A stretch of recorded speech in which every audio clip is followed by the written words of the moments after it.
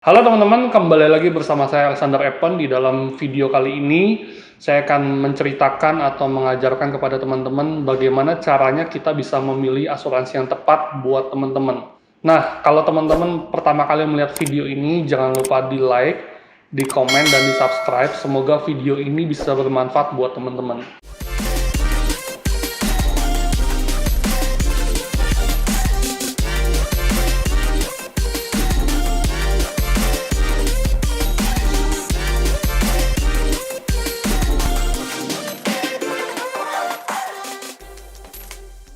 Oke teman-teman, saya ada 3 cara gimana caranya supaya setiap kita bisa memilih asuransi yang tepat. Apa aja aspek-aspek yang perlu kita lihat supaya kita tidak salah memilih asuransi buat kita. Aspek pertama teman-teman yang perlu kita ketahui adalah kekuatan perusahaan. Nah, di kekuatan perusahaan ini, apakah kita perlu mengetahui laporan keuangannya dia, atau mengetahui asetnya dia, atau mungkin kita perlu mengecek setiap pengeluaran dia, atau mungkin jumlah klaim yang dia bayar. Nah, teman-teman tentunya kita tidak perlu sedetail itu karena mungkin setiap kita tidak memiliki kekuatan yang sama untuk mengecek laporan keuangan. Saya aja kalau ngecek laporan keuangan itu cukup pusing, cukup rumit. Tapi saya ada satu tips teman-teman gimana caranya supaya kita bisa melihat perusahaan ini kuat atau tidak. Tentunya setiap kita punya kekuatan yang beda-beda untuk kita bisa ngecek apakah perusahaan ini kuat atau tidak. Apakah kita bisa lihat dari laporan keuangannya dia, jumlah klaim yang dia bayar, atau mungkin klaim yang tidak dibayar, atau banyak hal yang dari sisi keuangan yang kita bisa lihat. Nah, lewat hari ini saya akan memberitahukan satu hal penting yang mungkin kita bisa lihat ini sebagai acuan dasar kita untuk kita bisa tahu apakah perusahaan asuransi ini kuat atau tidak. Kita bisa lihat dari mana teman-teman? Kita bisa lihat dari risk based capitalnya dia atau kita singkat dengan RBC. Nah, RBC kali ini teman-teman sudah distandarisasi oleh OJK. Ketentuan risk based capital atau RBC minimum menurut OJK berdasarkan POJK nomor 71/POJK 05/2016 adalah 120%. Ini berarti besarnya nilai aset bebas atau aset yang tersisa setelah perusahaan asuransi memenuhi kewajibannya minimal adalah 120% dari nilai risiko yang dihadapinya. Jadi teman-teman lewat RBC ini kita bisa tahu kekuatan perusahaan ini kuat atau tidak. Minimal itu 120%. Teman-teman bisa cek di Google, banyak banget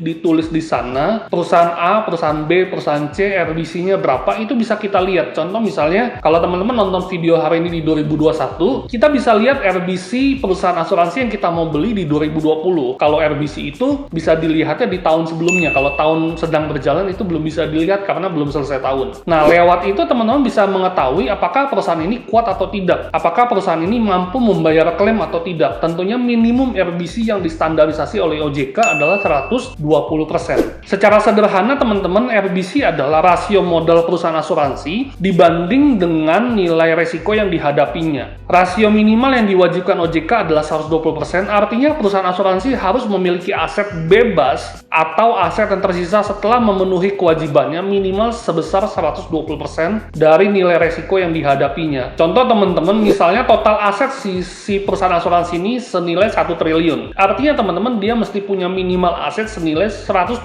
miliar ketika sisa aset yang tadi itu sudah dibayar buat klaim. Tentunya ini biasanya jarang terjadi total klaim misalnya total klaimnya lebih banyak daripada nilai asetnya. Biasanya perusahaan asuransi memiliki hitungan-hitungan yang supaya perusahaan asuransi ini tidak bangkrut teman-teman. Nah, makanya lewat RBC ini sebagai acuan dasar kita untuk kita bisa memilih perusahaan asuransi ini sehat atau tidak. Yang kedua teman-teman, ketika kita sudah melihat perusahaannya kuat atau tidak, yang kedua kita mesti melihat produknya. Tentunya kita jangan sampai memilih produk yang salah, memilih produk yang mungkin itu tidak sesuai dengan kebutuhan kita, atau mungkin kita asal beli aja. Sering nggak teman-teman kalau misalnya ditelepon sama orang atau ditelepon oleh kartu kredit menawarkan asuransi, kita sering jawab iya, dan akhirnya kita beli dan kita tidak tahu kita beli apa teman-teman. Nah, di situ kan kita bisa terjadi kebocoran keuangan dan kita jadinya salah beli, nggak tepat guna gitu. Nah, tentunya lewat video ini banyak teman-teman saya sudah mengajarkan di video-video sebelumnya gimana cara kita bisa memilih asuransi jiwa, asuransi unit link, asuransi tradisional, dan jangan sampai teman teman-teman salah pilih. Hal yang paling penting yang kita mesti beli pertama kali adalah asuransi jiwa, lalu asuransi kesehatan, lalu asuransi sakit kritis. Kalau teman-teman punya keuangan yang lebih, teman-teman bisa beli lagi asuransi pensiun, asuransi pendidikan, dan banyak jenis asuransi. Tapi yang paling penting yang pertama adalah asuransi jiwa, asuransi kesehatan, dan asuransi sakit kritis. 3 ini yang paling penting buat teman-teman bisa beli di awal. Jangan sampai teman-teman salah beli, dan teman-teman mungkin malah teman-teman belinya malah asuransi kecelakaan, di mana asuransi kecelakaan itu murah, tapi belinya banyak gitu. Jadinya malah buang-buang duit dan nggak kepake gitu. Ketika kita sakit DBD atau kita sakit kritis malah nggak kepake duitnya. Nah, jadi jangan sampai teman-teman salah beli produk. Pastikan beli produk yang tepat guna buat teman-teman. Yang ketiga, teman-teman harus memilih agen yang